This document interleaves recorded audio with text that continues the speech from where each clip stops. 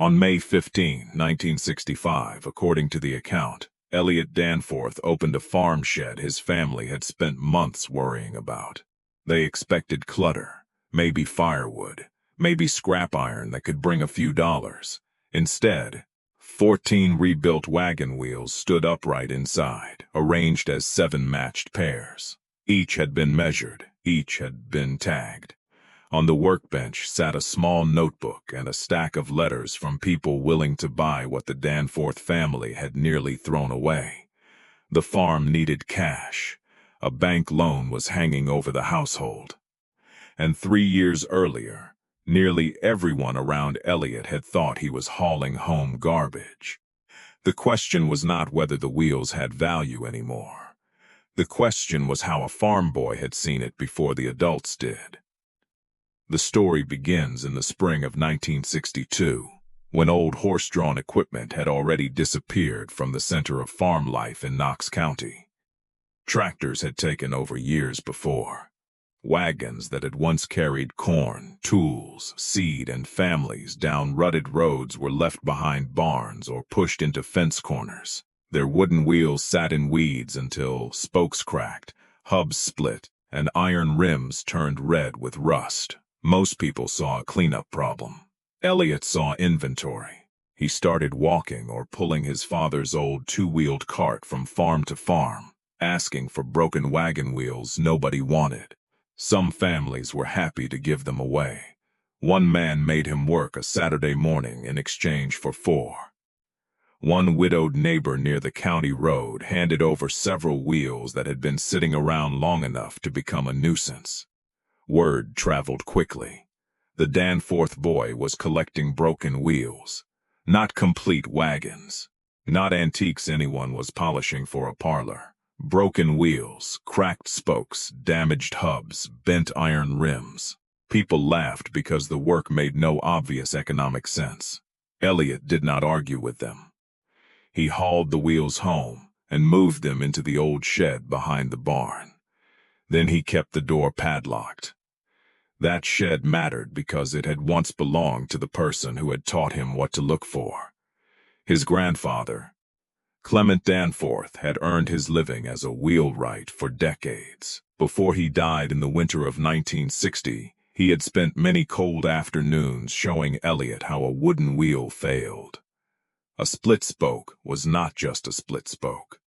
The direction of the grain mattered. The location of the brake mattered. A crushed section could show where a load had traveled through the wheel. A crack near the hub told a different story from a fracture near the rim. Clement had also taught him that different parts of a wheel had been made from different woods for a reason. In the account, the spokes were commonly hickory, chosen for toughness and flexibility. Hubs might be black locust or elm, woods used where splitting and rotational stress mattered. Older rims were described as wrought iron, material a blacksmith could sometimes heat, reshape, and reuse when enough sound metal remained. To someone who knew only that a wheel was broken, the whole thing looked useless. To someone trained to inspect each part separately, a wheel could be damaged without being empty of value. That distinction became Elliot's method. A generation earlier, wheel repair had been ordinary farm maintenance. A damaged wheel could be taken to a craftsman who understood how the rim, spokes, and hub worked as one structure. By the 1960s, much of that local repair world had faded with horse-drawn equipment. The wheels were still scattered across farms, but fewer people had a reason to inspect them closely. That made the old parts easy to acquire and difficult to replace through normal stores. Elliot's advantage was not that he had discovered a secret material nobody else had ever known about. It was that he still possessed a skill after the local market had stopped rewarding most people for keeping it. Clement had taught him to look at grain direction, fit, damage, and remaining strength. That knowledge turned abandonment into selection. It also gave Elliot a rule that protected him from wishful thinking. If a part was unsafe, rotten, split beyond use, or too badly rusted, it did not become valuable just because it was old. He discarded it. The whole project depended on being willing to say no to most of what he collected. He did not try to save every wheel intact. Some were too far gone. A rim could be rusted beyond use. A hub could be split through the center. A spoke could be rotten all the way into its grain. So he sorted. Sound spokes went together by length and condition. Hub material was separated. Iron sections worth working were kept apart from metal that had lost too much strength. The best surviving parts from several wheels could support the restoration of one complete wheel. The shed slowly stopped looking like a pile of junk and started functioning like a parts room. But almost nobody saw that transformation because Elliot kept the doors closed. By early 1964, the secrecy became harder to defend. The Danforth farm had gone through a poor corn harvest, and Elliot's father, Raymond, had borrowed money from the county bank to cover operating costs. A burst pipe or a broken machine is inconvenient in a good year. In a tight year, every repair changes what can be planted, purchased, or postponed. At a family meal that spring, Elliot's Uncle Warren raised the obvious question. If the shed was full of old wood and iron, why not sell the metal for scrap and burn the timber? From Warren's point of view, the suggestion was practical. The family needed cash now. The wheels had cost Elliot little or nothing. Whatever they could bring would be more useful than a locked building full of damaged farm equipment. Elliot still refused. He had reached a stage of the work nobody else understood yet. He was no longer collecting random parts. He was building matched sets. On the workbench was a small cloth-covered notebook that had belonged to Clement. Elliot filled it with measurements, wheel diameters, spoke counts, hub bores, rim widths, rim thicknesses. A restored wheel by itself had some value, but a working wagon did not need one interesting wheel. It needed wheels that belonged together. That changed the economics of the entire project. A single wheel might decorate a wall or replace one damaged piece if the dimensions happened to fit. A matched pair could solve a real restoration problem. The diameter had to agree closely enough. The hub bore had to suit the axle. Rim width and construction had to make sense together. The closer Elliot came to complete, compatible sets, the less his work resembled scrap sorting, and the more it resembled supplying a part that could actually be mounted and used. That was why the notebook mattered as much as the wood. Without measurements, he had a shed full of possibilities. With measurements, he could compare one wheel against another, decide which pieces belonged together, and avoid sacrificing a hard-to-find mate for quick cash. A neighbor once offered Elliot $3 for a finished wheel. For a farm boy in the early 1960s, $3 was real money. Elliot turned it down. His sister May could not understand why he would refuse cash for something he had collected for free. Elliot's reason was simple. Selling one good wheel could destroy a more valuable pair. That was the difference between collecting and building a supply. And while the family thought Elliot was waiting for some vague future opportunity, he had already started looking for buyers. He followed leads beyond Knox County. He wrote to Amish woodworking communities in Holmes County. He contacted an Indiana Living History museum that had shown interest in authentic wagon components. He also wrote to a restoration shop in Pennsylvania that advertised in a farming almanac. His question was practical. If he could supply sound, period-appropriate matched wheel sets, would they buy them? The replies went into a coffee tin above the workbench. Elliot did not show them to anyone. Then winter arrived, and patience became expensive.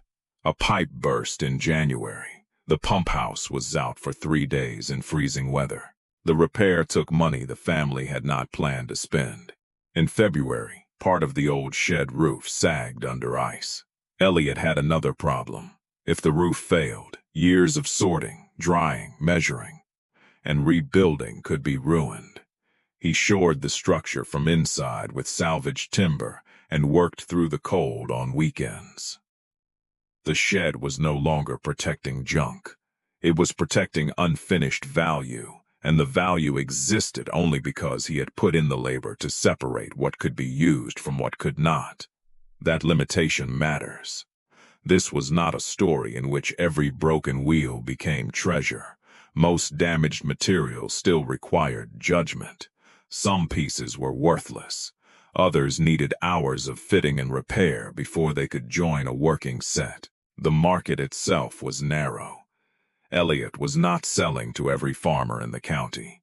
He was trying to reach craftsmen, restorers, and museums that still had a reason to want the old materials. The opportunity existed because the supply had become scarce, but scarcity alone was not enough.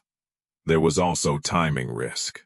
Elliot had no guarantee that a museum would still need a set when he finished it, or that a craftsman would accept the condition of a repaired wheel. He could spend days rebuilding something and still discover that the dimensions did not fit a buyer's project. That was another reason he wrote before he finished everything. The letters were not a victory lap. They were a way to test whether demand existed before the family was forced to cash out the shed for scrap. Someone still had to do the sorting. Someone still had to know what was sound. Someone still had to match the pieces. By March, Raymond finally asked his son the question the family had been circling for months. Was there anything inside the shed that was truly worth keeping? Elliot said there was, and asked for time until May. Raymond agreed. So the deadline became May 15, 1965. That morning, Elliot opened both doors. The first thing the family saw was order. 14 restored wheels stood along the wall in simple wooden cradles made from salvaged material. The spokes were tight. The hubs were sound enough for service. Iron rims had been worked back toward true shape and reseated. Tags identified measurements and matches. 7 pairs. Behind them were bins of usable components that had not yet become complete wheels. Spokes were grouped by size. Hub material was separated. Iron sections were measured and stored. The shed did not look like a boy's collection. It looked like a small workshop with a system. On the bench were the notebook and the coffee tin. The letters inside changed the meaning of everything else in the room. The source account describes offers from Amish buyers at $18 per matched pair. It describes an Indiana museum willing to pay $40 for 2 period-appropriate sets for a working farm exhibit. It also describes interest from a Pennsylvania restoration shop in an ongoing supply of quality wheel components. Those numbers were not the value of old wagon wheels lying in weeds. They were the value of usable materials after someone had identified them, recovered them, rebuilt them, matched them, and found the small group of people who still needed them. Raymond and Warren had been looking at the same county Elliot had been looking at. They had seen abandoned equipment. Elliot had seen a disappearing supply chain.